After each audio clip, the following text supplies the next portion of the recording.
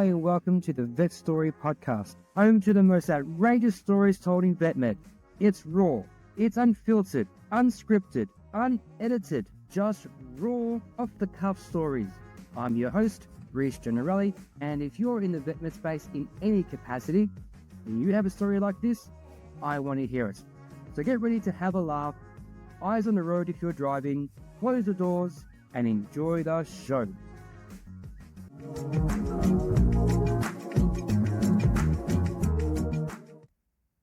And welcome to another episode of the VetStory. I am here with my good friend, Andrea Crabtree. For those who don't know her, you need to get out of that fucking rock because she is the rock star of HR, especially if you're in LA. Andrea, how you doing? I am fantastic. Thank you so much for chatting with me today. I have a feeling there's going to be some shenanigans that are going to go down. It's not a good chat if there's no shenanigans, Andrea. You know that. Yes. Introduced you to some of that. That's that last year.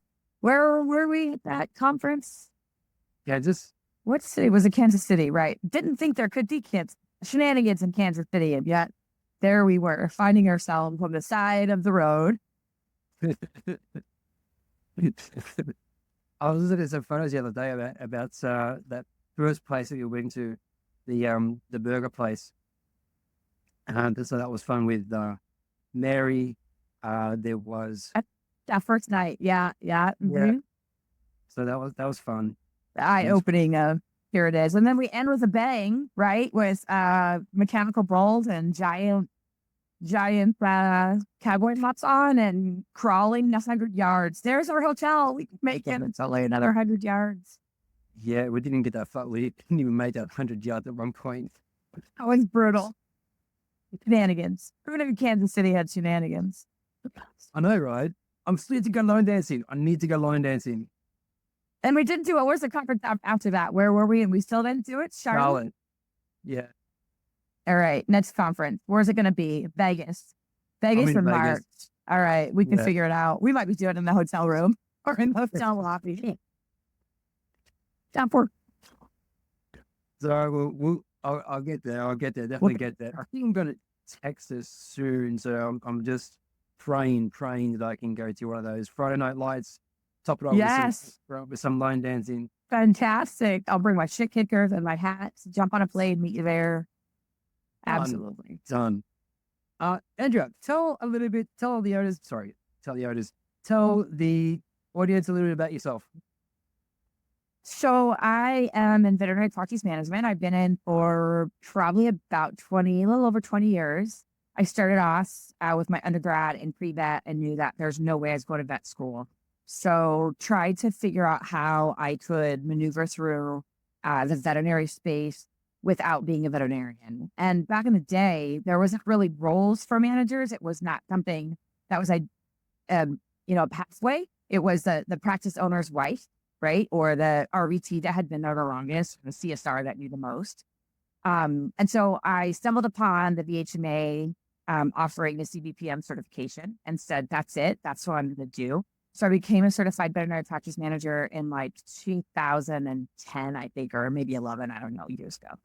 And I started climbing the leadership ladder very quickly and realized that I love what I do. I love, oh my gosh, I freaking love critters. I don't even care, except for like the 8-legged ones. They need to go away. Things that like fly into my hair and get stuck, not me. 8-legged spiders, forget it. I am screaming like a little baby girl.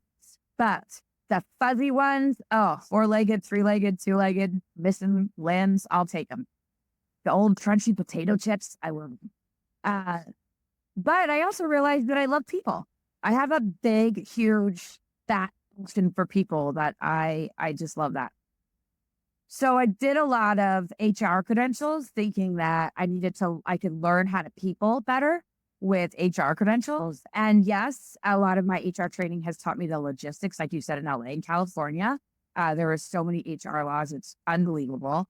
I'm like a freaking encyclopedia when it comes to them. I don't understand how they all fit in there because there's so many, but I get the logistics of it.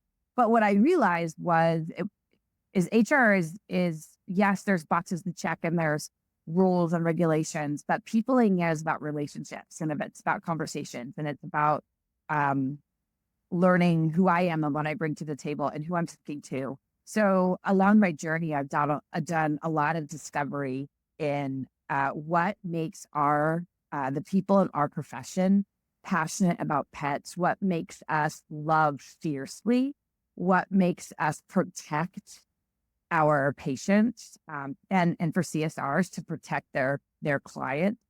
Done a lot of research and study and dabbled in and picking a lot of brains of those that are a room full of people that are smarter than me, a lot about relationships and communication. And so that's where my passion lies.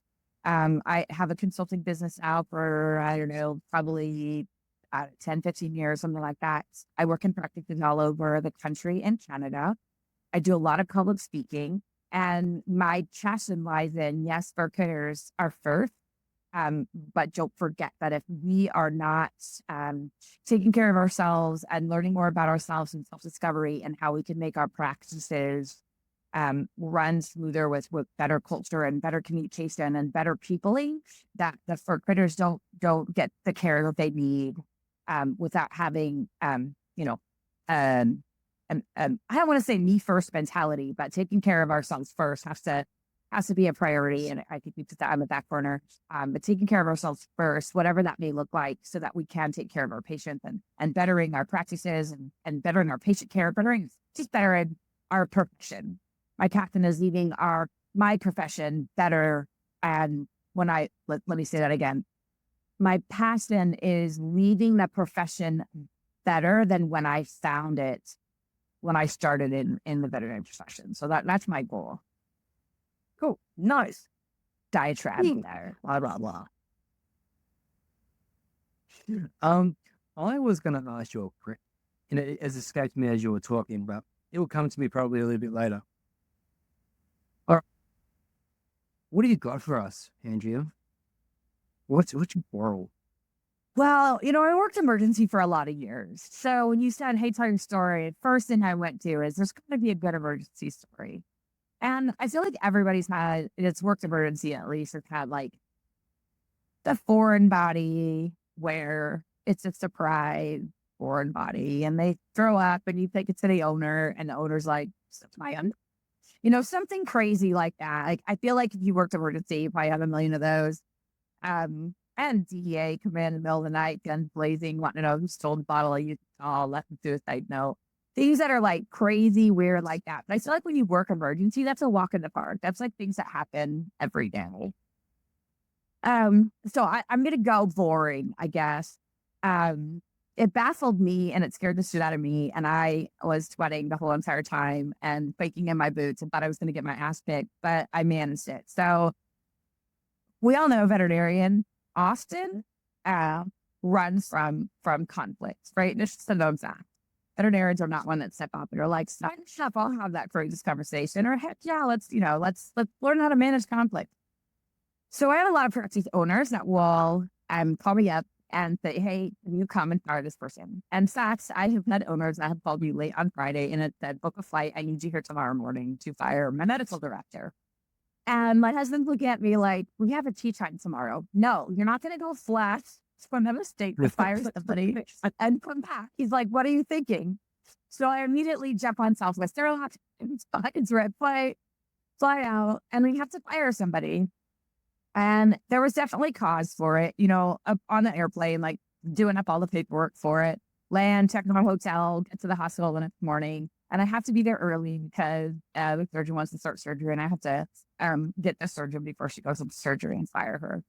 So there's no place to do this termination. So I am out the back door. And mind you, the back door is where the doors. The back would be great, right? In the alley.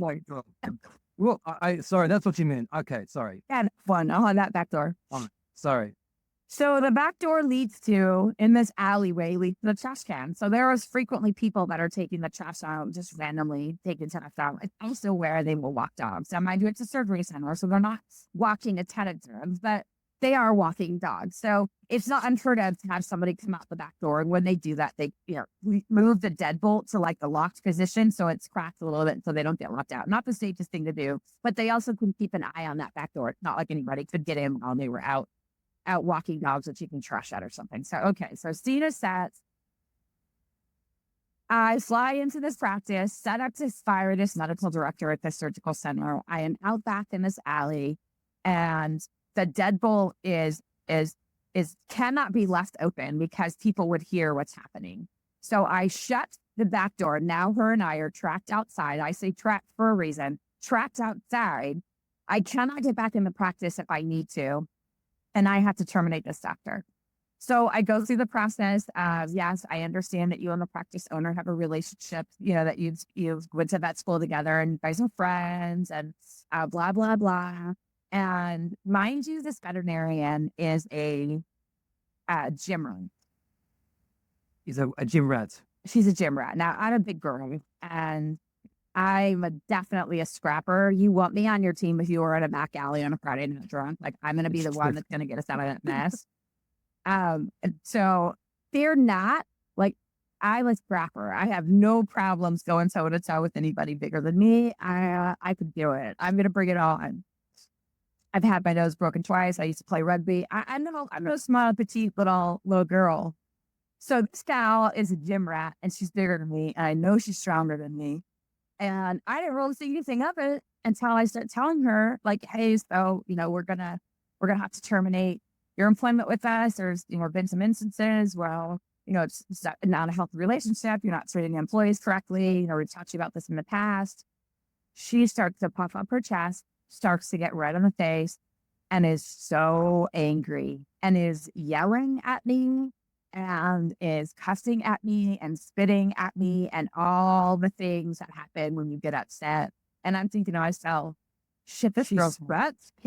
Not spat, but like, when you're like packing a lot and the spit's just coming out of your mouth, like that. Not hawking loogies on me, but more of like just intense ire, where she's just super worked up and spit's flying, right? And wow, am I thinking I'm going to get my ass kicked by this gal. Like all of a sudden the light bulb goes on and I'm like, what? I'm stuck. My back's up against this back wall where at any time somebody could be opening that door. And I stood there on purpose. So if somebody opened the door, I could catch it with my foot and be like, not the time. And now I'm like welcoming somebody to come out the back door. I'm like, God, right now. And then, it sounds like, what was I thinking? This is the worst way to terminate somebody. I can't imagine what's going to happen. So I'm just thinking, okay, I drive back into my filing cabinet of like, how can I de-escalate this lady, right? And I know I've de-escalated a lot of pissed off clients. So I'm panicking. I'm thinking, go back to front office manager days where I had to de-escalate clients and what am I going to do? Right? I'm not going to mirror what's in front of me and I'll have to use calming tones and open body posture when I'm like deflecting her punches that I know are coming. So I'm just trying to figure out like how I can de-escalate this situation. So I do all these things that I know I'm supposed to be doing and I de-escalate the situation.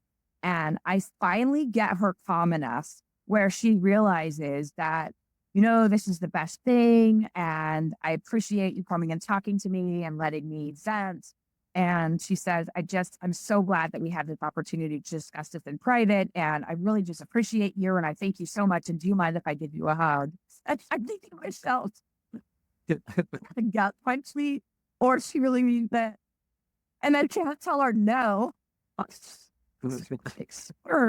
So I give her a big hug and I hope for the best, right? And she's like, all right. She goes, I really don't want to go back inside. Would you mind gathering my things? And then I'm just going to pull my truck up front, walk the box out and just put them in the back of my truck there. And she goes, the bed will be open. And she goes, I want to say how much I appreciate you. And I'm like, sure, absolutely. No problem. I never want to see you again. So I go inside, I grab the box and I like hurry up and tap her stuff. And I go out to the truck and I'm like waving to her like, oh, thanks, right? And I am just like sweating profusely and my heart is going 100 miles an hour and I'm thinking to myself, I can't believe I did get my ass kicked. And then I go in and I tell the practice owner, I call her and I'm like, okay, it's done. It's finished. She's gone. And she's like, okay, I was hiding in the parking lot and I saw you load up her truck and left. I just felt like, oh my gosh. So she comes inside the practice owner and I talk to her and tell her about what happened. And she's like, see, this is why I don't let you go. I can't believe you were hiding in the parking lot. You biggest chickens to ever. So she goes and buys me lunch. And I first thing I did was threw back a shot of whatever it was. When I'm friends with the practice owner, I'm like, I'm having tequila for lunch. I'm having. So then I, go hop out a plane and I come home that afternoon. I tell my husband, and I'm not kidding you, the next time I was out at that practice, it was probably 3 years later, maybe I was out doing a practice site visit, that same practice, and they had her back in doing a specialty surgery. And I looked the practice owner right in the eye, and I'm like, I will never fire her twice. She is on you now. Yeah. So that's probably the worst one that I had as a termination, that I was worried about my life. But I made it. Yeah. And as my girlfriend says, she got me a sticker. Let's see, do I have it? I don't know if I have it here, but my girlfriend got me a sticker. And she's like, this sums you up to me. And it says, but did you die? The rest of all the time, and I didn't die.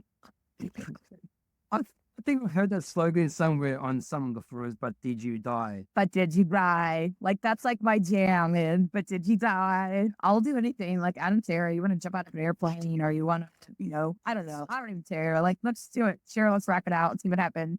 And then afterwards, they're like, I can't believe we did that. I'm like, I didn't die. Good story. Well, hang on. Do you have kids? Yeah. He's 28. Oh, you do have kids? I have a 28-year-old son. Yeah. Oh, fuck. Okay. They had it when I was 10. My argument went out the window. Oh. Yeah. Wow. My little mini me. We're going to need another one a year. Yeah. Where, believe it or not, he's even an introvert, so I don't even know how that works. Oh, shit. So you just got half a year then. But he's a class clown for sure. Introvert or not, he will stand up. And I have a video of him when he was leaving his last job. He was a manager at an Italian restaurant pizzeria for 5 years. And he was up on the counter after hours. And he was twerking on the counter while everybody was dancing and partying at his going away party. I think of myself, that's my kid. Wow. Yeah. Yeah, he's a good kid. Andrea, where can people find you? Well, now I don't know if they're going to want to unless they need their medical director fine. I can be reached on my my cell phone. You can email me. You can text me. You can reach me on my website. I can be reached via LinkedIn, although I suck at checking LinkedIn and I suck at checking Messenger chains. I have a podcast. You can check out my podcast. Leave me an email there. What is your podcast? You can tell what the podcast is. My podcast is called Positive Leadership Podcast.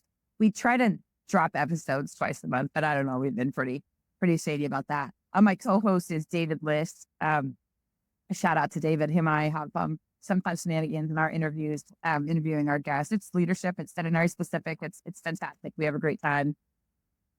And my website, forpawsconsulting.com, LinkedIn, Andrea Crabtree. Email is andrea@forpaws.us. Love to hear from people. I'm all about giving back. If you see me at a conference or at a meeting or anything, come up, say hi, give me a hug, share a story. Done. I'm a social butterfly. Done. Extra bonus credits if you could bring a shot with you. Yes, right. I don't tend to turn alcohol down unless it's tequila. Too many of those stories. Yeah. Yeah, right, exactly. Exactly. Cool. All right. Thanks, Andrea. Thanks for having me, Rhys. Anytime, my dear. I'll have you anytime. Oh, sorry, on the show? Anytime. Yes, anytime on the show, but I'll have you anytime. Anytime.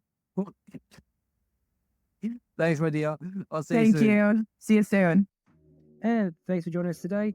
That's all we have time for. If you're tired of being a business operator and want to be a business owner, give me a call. If you have heard of Traction, EOS, Lean, 4DX, all these other systems out there, they're all great systems, but none of them are vet specific. I have taken the best of every system, rebuilt them using our industry KPI standards and your practice core metrics, because every practice is different.